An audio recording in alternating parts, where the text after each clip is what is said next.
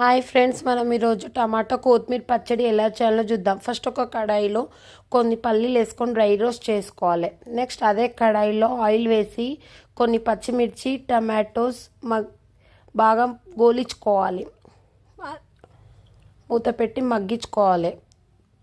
పొయ్యి ఆఫ్ చేసే ముందు ఒక 2 minutes ముందు కొత్తిమీర వేసుకొని బాగా గోలించుకోవాలి. నెక్స్ట్ ఒక జార్ తీసుకొని పల్లీలు, జీలకర్ర, పసుపు వేసుకొని మిక్సీ చేయాలి. మిక్సీ అయ్యాక చల్లార్చుకున్న టమాటోస్, గ్రీన్ చిల్లీస్ ఆ మిక్సీలో వేసేసుకొని గ్రైండ్ చేసుకోవాలి. కొంచెం సాల్ట్ వేసుకోవాలి. సాల్ట్ వేసుకున్నాక మిక్సీ పట్టుకోవాలి. కడాయి తీసుకొని జీలకర్ర, ఆవాలు, పసుపు గోలాక చట్నీలో ట్రాన్స్ఫర్ చేసుకోవాలి. వేడి వేడి